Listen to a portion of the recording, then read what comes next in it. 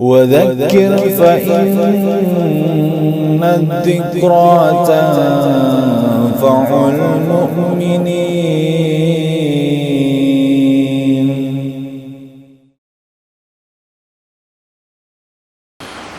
Bismillahirrahmanirrahim.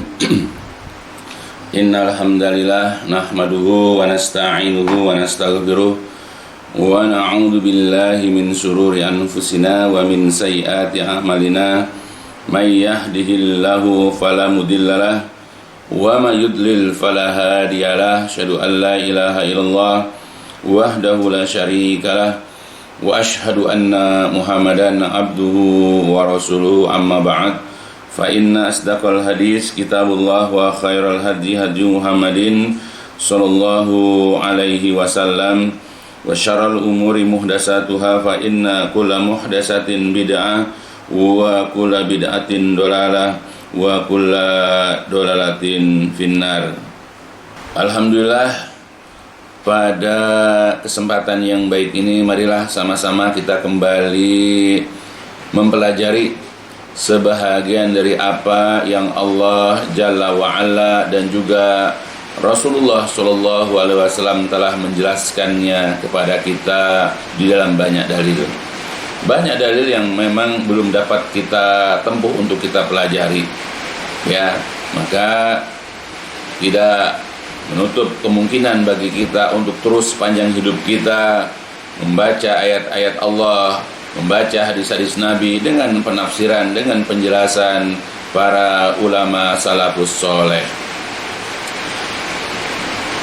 Maka sebagai muslim kita tidak boleh merasa jenuh, tidak boleh kita merasa bosan, ya, atau janganlah kita merasa ya tidak berguna ya dalam mempelajari ayat-ayat Allah ataupun hadis-hadis Nabi. Karena insya Allah apa yang kita akan pelajari dan kita berusaha untuk mengamalkan apa yang sudah kita pelajari ini banyak sekali faedahnya dan pasti akan memberikan faedah kepada kita dalam kehidupan dunia dan apalagi kelak nanti di yaumil qiyamah insyaallah. Ya, maka jangan jenuh, jangan kita merasa bosan, jangan kita merasa tidak nyaman ya di dalam mempelajari agama Allah, yaitu al-Islam yang benar.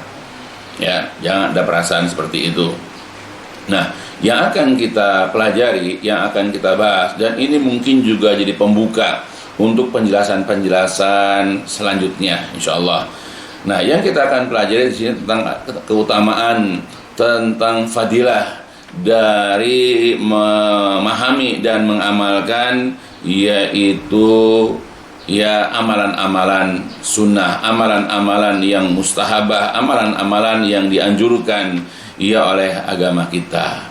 Dan di dalam mengamalkan amalan-amalan sunnah ini tentu banyak sekali faedahnya, banyak sekali manfaatnya, dan banyak sekali keutamaan-keutamaannya. Sebagai muslim, kita tidak boleh menganggap enteng, kita tidak boleh menganggap remeh atau sepele amalan-amalan sekecil apapun. Apalagi ini memang dianjurkan oleh Rasulullah, kendati pun tidak diwajibkan, karena tidak ada ancaman bagi orang yang meninggalkannya, maka kita tidak boleh menyepelekannya. Karena sebagaimana yang sering diingatkan di dalam kajian-kajian, bahwa Rasulullah SAW pernah mengatakan, yaitu la tahqiranna minal ma'rufi syai'an walau bi firsatin min syatin.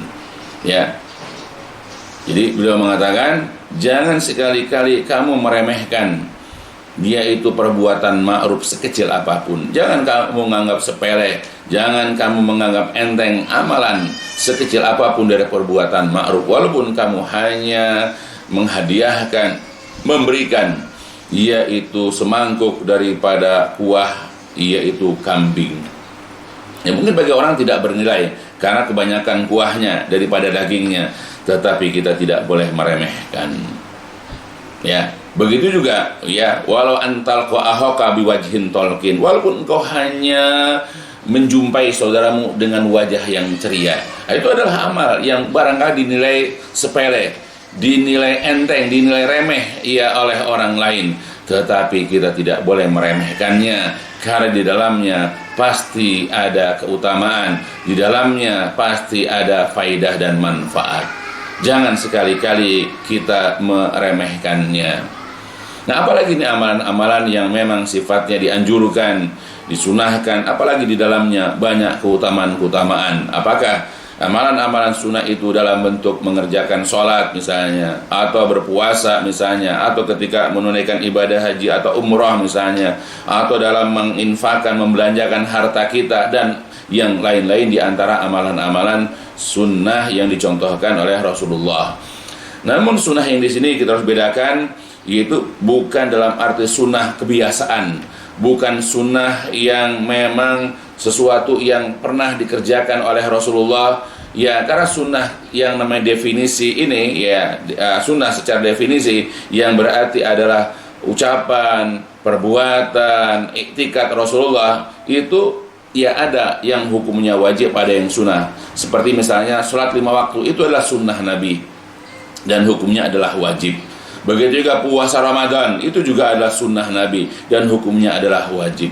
Nah, tapi yang kita bahas di sini adalah sunnah yang dimaksud adalah dari sisi fikih, yaitu dari sisi fikihnya, yaitu, dan kita sudah paham bahwa yang dimaksud sunnah di sini adalah kalau kita mengerjakan, kita akan mendapatkan pahala, ganjaran kebaikan. Namun jikalau kita tidak mengerjakan dan tidak mengapa atau tidak berdosa, namun kita sangat dianjurkan untuk mengamalkan atau mengerjakannya.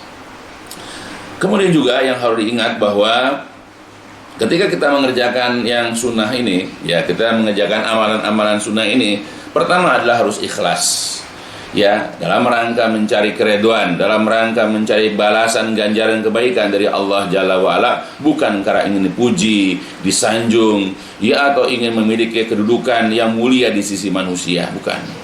Harus semata-mata mengharapkan keridhaan, ya, dari Allah Azza wa Jalla. Dan yang kedua, itu kalau bisa harus dirutin dan dikontinukan. Sebagaimana disebutkan dalam sebuah hadis, Rasul pernah mengatakan, inna ahabal a'mal ilallah adwamuhu wa in qalla. Jadi sesungguhnya, ya, yang paling dicintai, yang paling disukai dari amal-amal atau amalan yang paling disukai, amalan-amalan yang paling dicintai ilallah oleh Allah adalah adwamuhu, yang paling kontinu, yang paling rutin, yang paling dawam, wa in qalla, walaupun cuma sedikit. Walaupun kita membaca Al-Quran barangkali hanya 1 lembar, tapi rutin itu lebih bagus. Itu yang dicintai, yang disukai oleh ya Allah Jalla wa'ala. Begitupun misalnya, ya, kita menginfakkan harta kita, ya, walaupun barangkali cuma 5.000, tetapi kalau kita rutin itu lebih utama. Begitupun sholat malam, kita hanya mampu 2 rakaat. Ya, kita berpuasa pun hanya mampu, ya, 3 hari selama sebulan, yaitu saum bayat misalnya, dan seterusnya. Tetapi menjaga kerutinan itu adalah menjadi penyebab Allah mencintai kita. Ya, maka pada saat kita ingin, ya, melakukan, atau pada saat kita bertekad hendak mengerjakan amalan sunnah, maka diusahakan untuk menjadi kontinu. Bahkan disebut juga dalam riwayat yang lain, inna ala Muhammadin idza amilu amalan asbatuhu. Sesungguhnya keluarga atau umatnya, pengikutnya Nabi Muhammad SAW, mereka itu apabila mengerjakan suatu amalan, asbatuhu, mereka mengisbatkannya, mereka menetapkannya. Ya, nah itu. Jadi kalau bisa pada saat kita bertekad untuk mengerjakan satu amalan sunnah, jaga sampai kematian, ya, dan seterusnya. Nah, itulah yang kita garis bawahi pada saat kita memang ingin mengerjakan amalan-amalan sunnah. Adapun keutamaan, adapun fadilah dari mengerjakan amalan-amalan sunnah itu banyak dijelaskan, ya, oleh Allah Jalla wa'ala dan juga oleh Rasulullah SAW, dan dihimpun, ya, oleh, ya, para ulama, bahwa orang yang mengamalkan amalan sunnah, ya, dan dia merutinkannya, dan dia sudah mencintai amalan-amalan tersebut, ya, maka boleh jadi orang ini nanti diletakkan, diposisikan, ya, sebagai wali Allah yang istimewa. Nah, ini disebut wali Allah, ya, sebagaimana dalam penjelasannya. Namun wali Allah ini juga harus kita garis bawahi, bukan wali Allah sebagaimana gambaran sebagaimana khayalan ya orang-orang yang tidak memahami agama, di mana sebagian orang menganggap bahwa wali Allah itu adalah orang bisa berjalan di atas air, orang yang bisa terbang, orang yang ketika ada orang datang belum sempat bicara dia sudah tahu tujuannya, ya, atau orang yang misalnya berada di beberapa tempat dalam waktu yang bersamaan. Bukan itu wali Allah seperti gambaran sebahagian ya manusia, apalagi di negeri kita ini. Nah, gambaran wali Allah yang dimaksud itu sebagaimana di dalam Al-Quran, bisa lihat dalam Quran, yaitu surat Yunus, surat ke-10, Allah pernah mengatakan, A'udzubillahi minasyaitonirrajim, ala inna awliya Allahi la khawfun alaihim wa la hum yahzanun alladzina amanu wa kanu yattaqun. Ingatlah, sesungguhnya wali-wali Allah ini tidak ada rasa khawatir, tidak ada rasa takut bagi mereka, dan tidak pernah mereka bersedih hati atau berduka cita. Sifat wali Allah itu adalah orangnya bukan orang penakut, bukan orang yang mudah khawatir, dan juga mereka tidak pernah bersedih hati. Nah, ini kita ambil yang jadi yang menjadi garis besar kita mengenai sifat atau tanda-tanda dari wali Allah adalah alladzina amanu wa kanu yattaqun, dan mereka adalah orang-orang yang beriman dan mereka senantiasa atau selalu bertakwa kepada Allah Azza wa Jalla. Nah, oleh karena itulah Syekhul Islam Ibnu Taimiyah rahimahullah ketika menjelaskan surah 10, beliau mengatakan di dalam kitabnya, fakulu man kana mu'minan taqiyan kana lillahi waliyan. Jadi fakulu man, maka semua orang yang karena dia itu mu'minan taqiyan, seorang mukmin lagi bertakwa. Jadi siapapun orang yang dia itu seorang mukmin lagi bertakwa, kana lillahi waliyan, maka dia adalah wali bagi Allah. Jadi wali bagi Allah itu adalah, atau wali Allah itu adalah orang yang beriman, orang yang bertakwa. Itu syaratnya, bukan orang yang bisa ilmu sakti, orang yang kebal dibacok, bukan orang yang bisa berjalan di atas air, ya, atau orang yang bisa memindahkan suatu benda berat dalam waktu sekejap ke tempat lain, atau orang yang bisa terbang, orang yang bisa berada ya di beberapa tempat dalam waktu yang bersamaan, bukan itu. Makanya ketika misalnya ada orang walaupun dia barangkali ya senantiasa pakai sorban barangkali, atau orang menganggap dia adalah orang sakti, tapi dia suka berbuat misalnya kemusyrikan, dia tidak pernah sholat, dia tidak pernah berpuasa, melakukan kemaksiatan ini, kemaksiatan segala, maka dia bukan wali Allah. Maka lebih pantas disebut dia sebagai wali syaitan. Ya, karena wali Allah orang mukmin itu tidak percaya ya dengan hal-hal yang mengandung kemusyrikan, apalagi bekerja sama dengan jin misalnya, apalagi menggunakan jimat-jimat, bermantra-mantra misalnya, ya, dan seterusnya. Maka jikalau ada orang ya menganggap dirinya sebagai waliullah, ya, tapi dia sendiri banyak melakukan kemusyrikan, banyak melakukan perkara-perkara yang tidak dicontohkan oleh Rasulullah, walaupun gelarnya kiai, walaupun gelarnya ustadz, walaupun dia punya pesantren, walaupun dia membangun masjid, ya, tapi dalam ibadahnya dia banyak melakukan pelanggaran dan bahkan tidak mengerjakan ibadah-ibadah tersebut, maka dia bukan wali bagi Allah. Dia bukan wali Allah. Ya, karena wali Allah itu adalah orang-orang yang beriman dan bertakwa. Nah, dari wali Allah ini, maka ya para ulama juga membagi dua karakter, dua jenis daripada wali. Karena wali ini ada yang giat dalam mengerjakan amalan-amalan, bukan hanya yang wajib saja, tapi juga yang sunnah. Tapi wali Allah juga ada yang mencukupkan amalan-amalan wajib saja. Ya, dan ini harus dibedakan. Ya, sama-sama wali Allah, tetapi kedudukannya, ya, mereka itu berbeda di sisi Allah.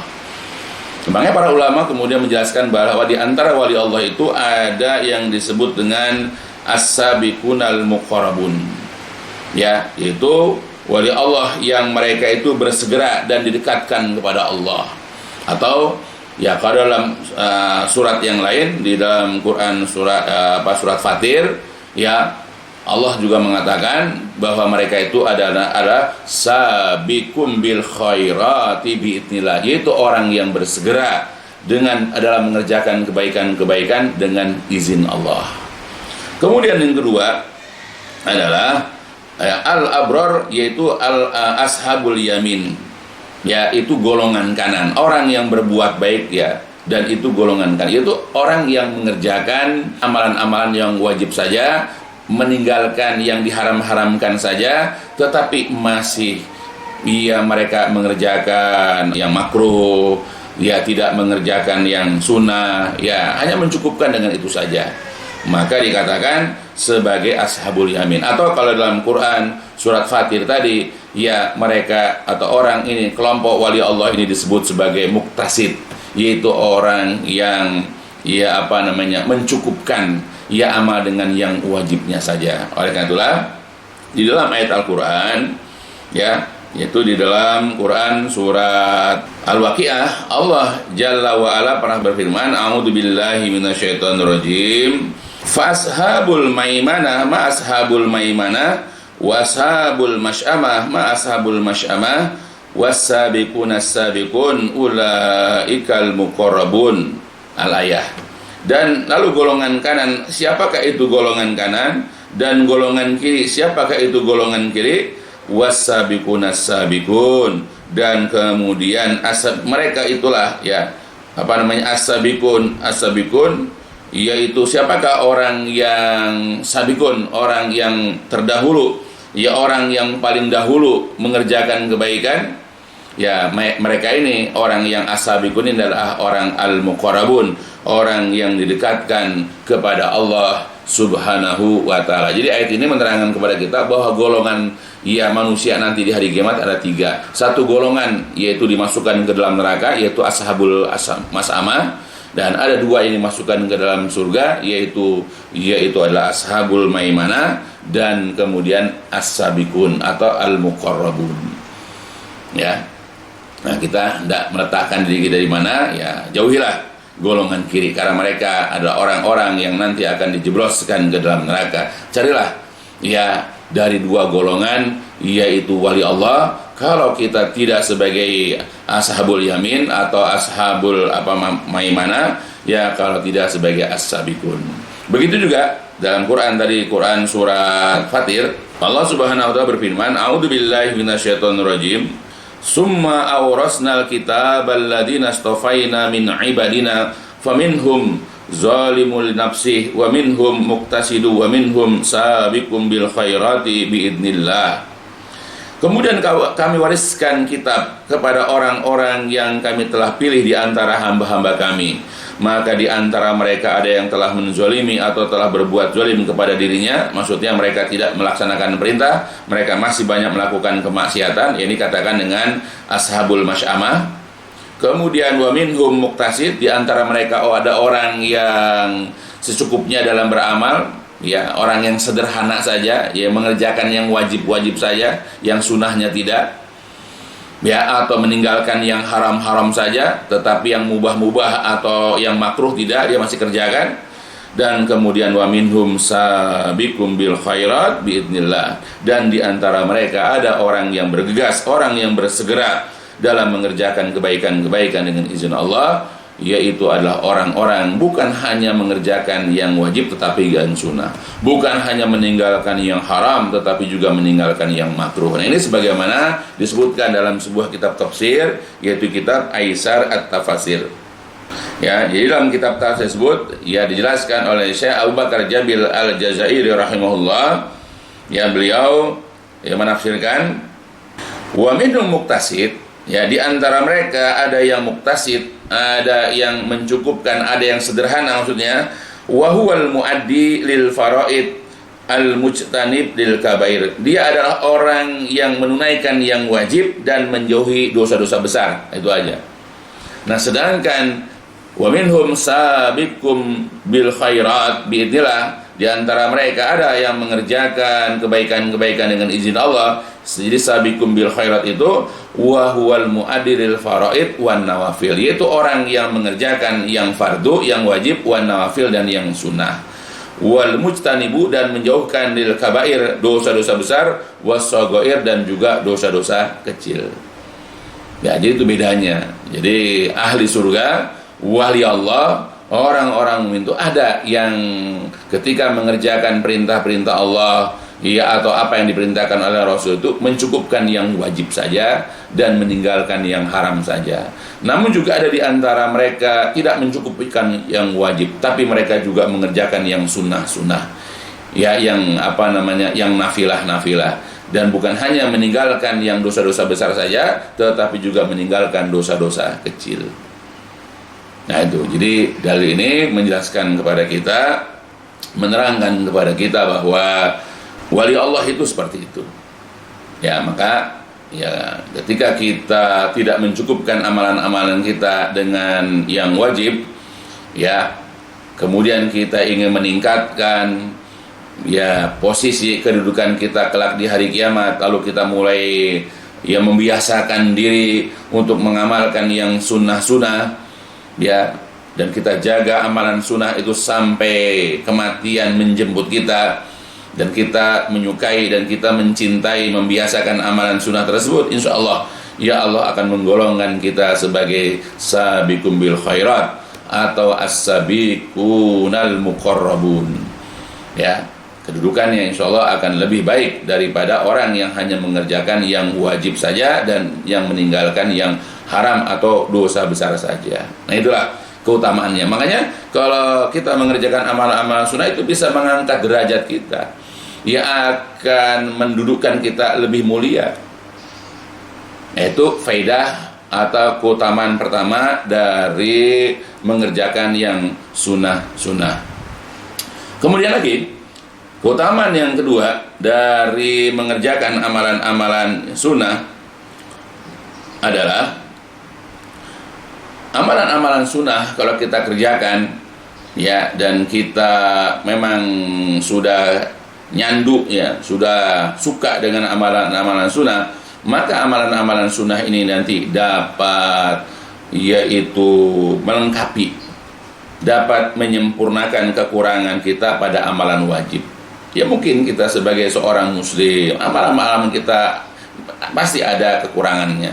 Misal dalam sholat berjamaah di masjid, ya, pada saat sholat banyak anak-anak yang barangkali ya ribut, berisik, sehingga terganggu konsentrasi kita, ya, karena berisiknya mereka, ya, maka itu akan mengulangi nilai pahala sholat kita, ya. Atau yang lainnya, kita juga berpuasa Ramadan, barangkali ada yang menyebabkan nilai puasa Ramadan kita kurang, ya, karena kita masih suka nonton televisi barangkali, atau bermain game barangkali, atau kebanyakan tidur barangkali, ya, tidak mengisi dengan ibadah. Ya, mudah-mudahan dengan mengerjakan amalan-amalan sunnah, kekurangan-kekurangan kita dalam amalan-amalan wajib bisa ditutup, bisa disempurnakan, bisa dilengkapi dengan amalan-amalan ya sunnah kita. Dan ini sebagaimana telah disebutkan ya oleh Rasulullah Shallallahu Alaihi Wasallam, ya, dalam sebuah hadis yang diriwayatkan oleh Imam At-Tirmizi dan juga Imam An-Nasai, Rasul pernah bersabda, inna awwala ma yuhasabu bihil abdu yaumal qiyamah min amalihi salatuhu. Jadi sesungguhnya yang pertama-tama dihisab, diperhitungkan seorang hamba itu, ya, sesungguhnya yang pertama-tama atau perkara yang pertama-tama kali dihisab atau diperhitungkan pada hari kiamat dari seorang hamba itu adalah sholatnya.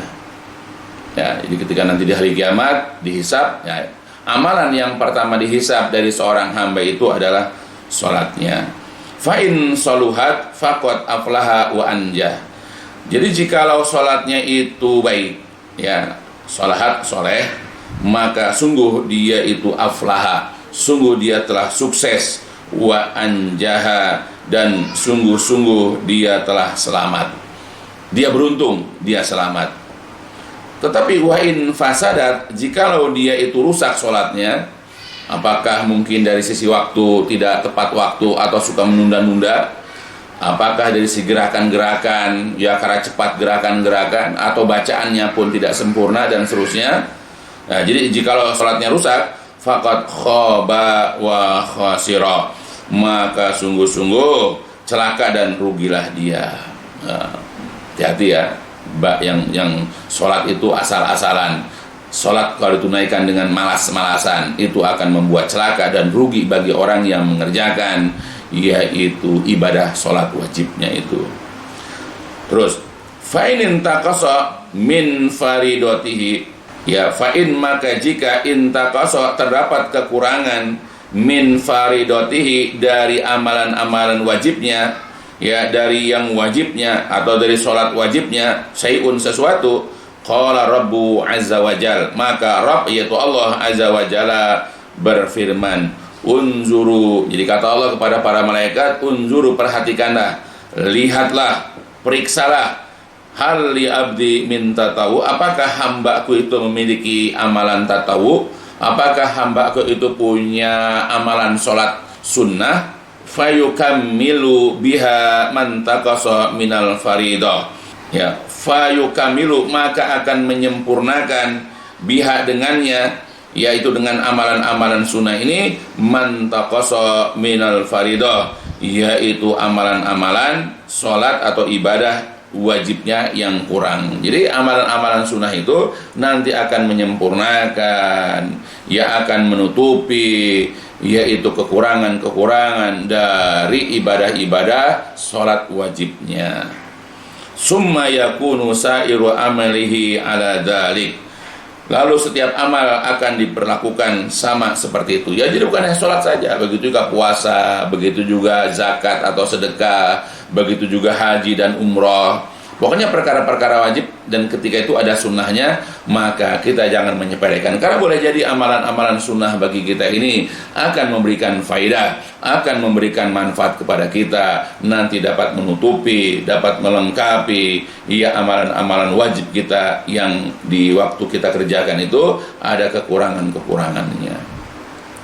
Begitupun dalam riwayat yang lain, dalam riwayat Imam Ahmad, Rasul juga pernah mengatakan, inna min awwali ma yuhasabu bihil nas yaumal qiyamah as-shalah. Sesungguhnya perkara pertama kali yang pertama-tama nanti dihisab pada hari kiamat dari amalan manusia yaumal qiyamah pada hari kiamat, yaitu adalah as-sholatu, sholat. Jadi amalan yang pertama dihisab pada hari kiamat dari manusia itu adalah sholat.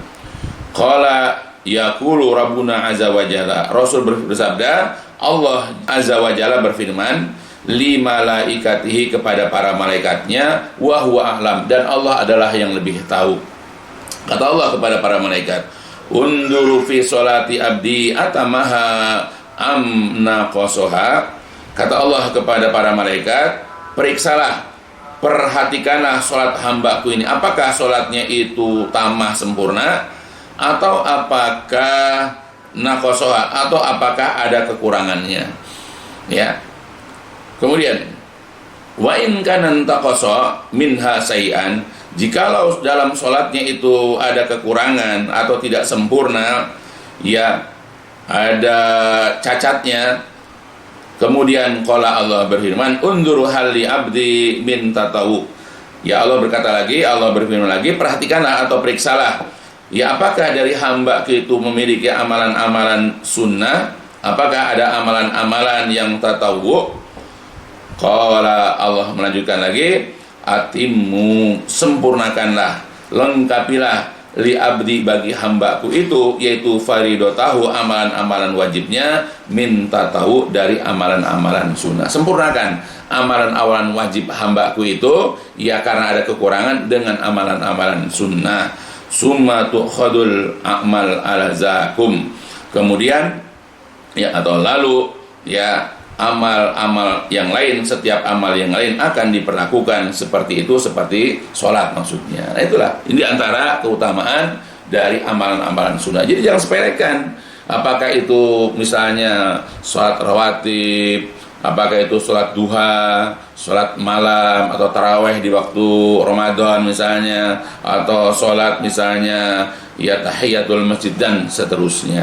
Jangan sepelekan sholat. Begitupun ya puasa-puasa sunnah, jangan disepelekan, karena boleh jadi amalan-amalan sunnah inilah yang akan dapat menyempurnakan, yang akan dapat memperbaiki, yang akan dapat melengkapi amalan-amalan wajib kita. Karena sebagai manusia boleh jadi amalan-amalan wajib yang kita kerjakan ada kekurangan-kekurangan. Ya, apakah dari waktunya, dari gerakannya, dari bacaannya, dari kekhusyuannya, dari ketumakninahannya, dan yang lain-lain. Dan itu mengurangi nilai-nilai sholat. Begitupun puasa. Ya, banyak yang menyebabkan ya nilai-nilai dalam ibadah kita itu berkurang. Nah, maka dengan kita mengerjakan yang sunnah-sunnah, ya mudah-mudahan ya diterima Allah amalan-amalan sunnah kita, insya Allah dapat menyempurnakannya. Ya, mudah-mudahan bisa dipahami. Kemudian di antara keutamaan atau faidah yang lain adalah bahwa amalan-amalan sunnah ini bisa atau boleh jadi dapat menjadi penyebab terhapusnya ya dosa-dosa kita. Karena secara umum ya Allah Subhanahu wa taala juga berfirman, a'udzubillahi minasyaitonirrajim, innal hasanat yudhibnas sayyi'at. Sesungguhnya perbuatan-perbuatan baik itu ya yudhibna dapat menghilangkan as-sayyi'at, perbuatan-perbuatan buruk. Ya. Jadi perbuatan-perbuatan baik yang kita kerjakan, dan ini bukan hanya perkara-perkara wajib. Dengan sedekah kita, ya, dengan sholat-sholat sunnah kita. Kalau wajib jelas lah, itu dapat menghapus. Ya, seperti kata Nabi, as-sholatul khamsu mukaffiratun bainahunna. Sholat 5 waktu itu dapat menjadi penghapus dosa-dosa di antara sholat-sholat itu, jelas ya. Ya, namun bukan hanya yang wajib, amalan-amalan sunnah pun kalau kita kerjakan, kalau kita lakukan juga dapat menjadi penyebab. Karena kalimat innal hasanat itu meliputi yang wajib dan yang sunnah. Ya, jadi kalau kita bersedekah, barangkali dengan sedekah kita ya akan menghapus dosa kita tadi ketika kita ini misalnya berburuk sangka. Makanya dalam sebuah hadis juga mengatakan atbi'il sayyi'ata bil hasanah. Iringilah perbuatan buruk itu yaitu dengan perbuatan baik. Jadi setiap kali kita melakukan perbuatan yang tidak baik, kita berbuat dosa, mungkin karena kealpaan kita, atau kita keceplosan berkata-kata, atau melakukan sesuatu yang terlarang misalnya, maka ketika kita sadar bahwa kita telah berbuat salah, maka segera berbuat baik. Kenapa? Tamhuha, karena boleh jadi yaitu kebaikan-kebaikan yang kita kerjakan setelah itu akan dapat menghapus dosa yang baru saja kita kerjakan. Nah, itu boleh jadi. Maka jangan sepelekan kebaikan-kebaikan ya, walaupun itu nilainya adalah amalan-amalan sunnah, atau mungkin barangkali itu cuma kebaikan-kebaikan yang kecil nilainya. Ya, bayangkan saja seorang pelacur yang hanya memberikan minum kepada seekor anjing yang kehausan bisa menyebabkan dihapuskan dosanya. Bayangkan itu. Ya, ada orang yang hanya menyingkirkan gangguan dari jalan, apakah itu berupa duri misalnya, ya, atau ranting pohon, itu menyebabkan dia dihapuskan dosanya. Ya, apalagi ini memang dicontohkan, dianjurkan ya oleh junjungan kita yaitu Nabi Muhammad Shallallahu Alaihi Wasallam. Maka jangan sepelekan amalan-amalan sunnah seperti ini. Ya, jadi di antara faedahnya, di antaranya adalah akan dapat menghapus ya keburukan-keburukan atau dosa-dosa yang kita kerjakan. Kemudian lagi di antara keutamaan yang lain ya, bahwa kalau kita mengerjakan amalan-amalan sunnah itu akan menjadi penyebab Allah mencintai kita.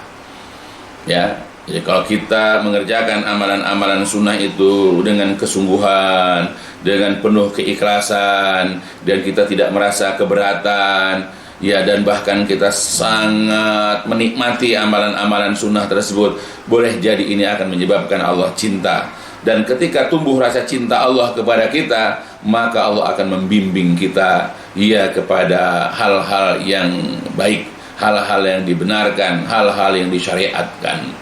Sebagaimana disebutkan dalam sebuah hadis dari Abu Hurairah radhiyallahu an, dalam hadis Imam Bukhari, beliau pernah bersabda, "Innallaha qala", sesungguhnya Allah Jalla wa Ala berfirman, "Man 'ada li waliyan", jadi barang siapa yang memusuhi waliku, faqad azantuhu bil harbi, maka sungguh-sungguh aku mengumumkan ya peperangan kepada orang yang memusuhi waliku itu. Hati-hati ya, memusuhi orang-orang yang mengajak kepada kebenaran, kepada ayat Quran dan hadis, ya, orang-orang yang mengajak kepada akidah tauhid, memerangi kemusyrikan, memerangi perkara-perkara yang tidak dicontohkan oleh Nabi, lalu kita perangi, kita benci, ya, bahkan kita berusaha mengusir, membubarkan kajian-kajian yang hati-hati, ya, karena Allah sudah mengumumkan peperangan kepada orang tersebut, aliyadzubillah. Maka usahakanlah kita berada di barisan wali-wali Allah. Ini yang kita ambil selanjutnya. Wa ma taqarraba ilayya 'abdi bi syai'in ahabba ilayya mimma aftaradtu alaih. Dan senantiasa ya hambaku itu mendekatkan diri kepadaku dengan sesuatu yang lebih dicintai olehku mimma aftaradtu alaih, dari apa-apa yang aku wajibkan kepadanya. Kemudian wa ma yazalu 'abdi yataqarrabu ilayya bin nawafil hatta uhibbahu. Dan senantiasa hambaku itu berusaha mendekatkan dirinya kepadaku dengan mengerjakan yaitu amalan-amalan nafilah, amalan-amalan sunnah, hatta uhibbahu, sehingga Allah mencintai, ya, sehingga aku, kata Allah, mencintainya. Nah, itu. Jadi ada hamba-hamba Allah yang berusaha untuk mendekatkan diri kepada Allah dengan berusaha untuk memposisikan dirinya itu dekat dengan Allah dengan cara apa? Mengerjakan amalan-amalan sunnah. Sehingga dengan amalan-amalan sunnah ini Allah sendiri yang mengatakan hatta uhibbahu, sampai aku mencintainya. Nah, jadi kalau kita terbiasa mengajarkan amalan sunnah, apakah sholat-sholat sunnah, puasa-puasa sunnah dan yang lain-lain, ya, maka pada saat kita mengerjakan itu dengan penuh keikhlasan, ya, dan kita jaga kerutinannya, dan kita memang berusaha karena untuk mencontoh Rasulullah, nah, hingga akhirnya Allah mencintai kita. Bahkan faida ahbabtuhu, maka ketika aku telah mencintainya, ya, karena mengerjakan amalan sunnah tersebut, hamba tersebut, maka kuntu sam'ahul ladzi yasma'u bihi, maka aku menjadi penglihatannya, ya, maka aku akan memberikan petunjuk, maka aku akan membimbing pendengaran atau telinganya yang ia mendengar dengannya. Wa basarahul ladzi yubsiru bihi, dan aku juga akan membimbing yaitu penglihatan atau matanya yang ia melihat dengannya. Wa yadahul lati yabtisu biha, dan aku juga akan membimbing tangannya yang ia memegang, yang ia menyentuh dengannya. Wa rijlahul lati yamsi biha, dan aku juga akan membimbing kakinya yang ia melangkah atau berjalan dengannya. Nah, itu. Ya, jadi ketika Allah sudah mencintai kita karena kita mengamalkan amalan-amalan sunnah, maka Allah akan membimbing, atau istilahnya Allah menjadi mata kita, telinga kita, tangan kita dan kaki kita. Maka tidak akan mata kita itu berusaha untuk melihat yang haram-haram lagi. Ya, televisi-televisi yang mengandung kemaksiatan. Begitupun telinga tidak pernah lagi mau mendengar berita-berita gosip atau ucapan-ucapan yang jorok misalnya, ya, atau melihat permainan-permainan yang melalaikan misalnya. Begitupun tangannya tidak akan mencuri, tidak akan memukul, tidak akan mungkin menyentuh yang diharamkan, dan begitu seterusnya. Begitupun kaki tidak akan melangkah ke tempat-tempat yang diharamkan. Mata, telinga, tangan, kaki, dan semua anggota tubuhnya itu akan terarah hanya mengerjakan kebaikan-kebaikan, ya, hanya akan memperjuangkan kebenaran. Nah, itulah orang kalau sudah dicintai oleh Allah. Makanya Allah tambahkan lagi, ya, untuk, ya, orang yang telah Allah cintai ini, wa in sa'alani la'utiyanahu, jikalau dia hambaku ini yang aku telah cintai ini meminta, memohon kepadaku, ya, maka aku benar-benar akan memberi, ya, kepada dia. Aku akan kasih, aku akan kabulkan, aku akan beri apa yang diminta.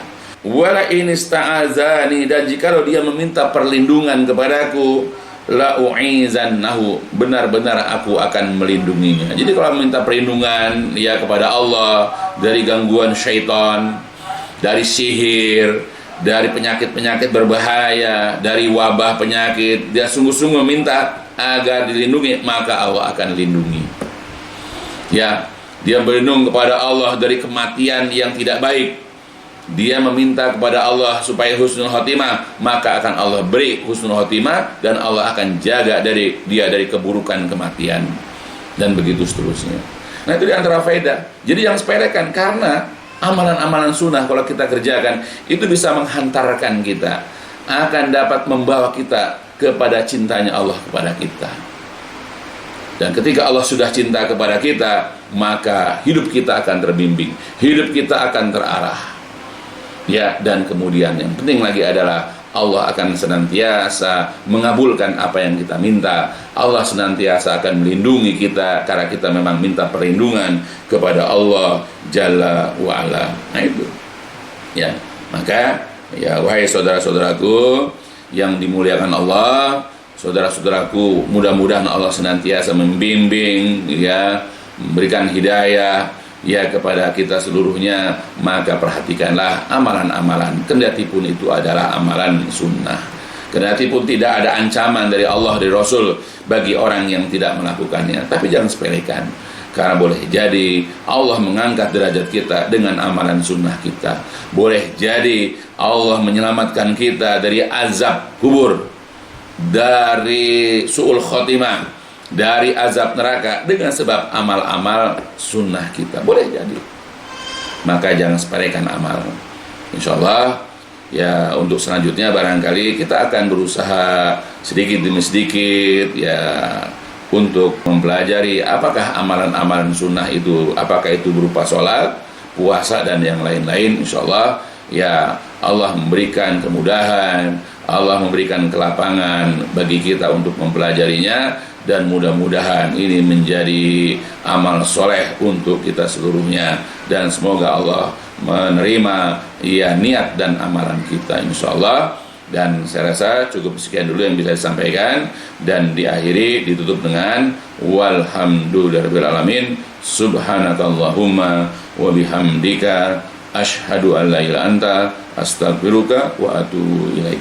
الدين النصيحة قلنا لمن يا رسول الله قال لله ولكتابه ولرسوله ولأئمة المسلمين وعامتهم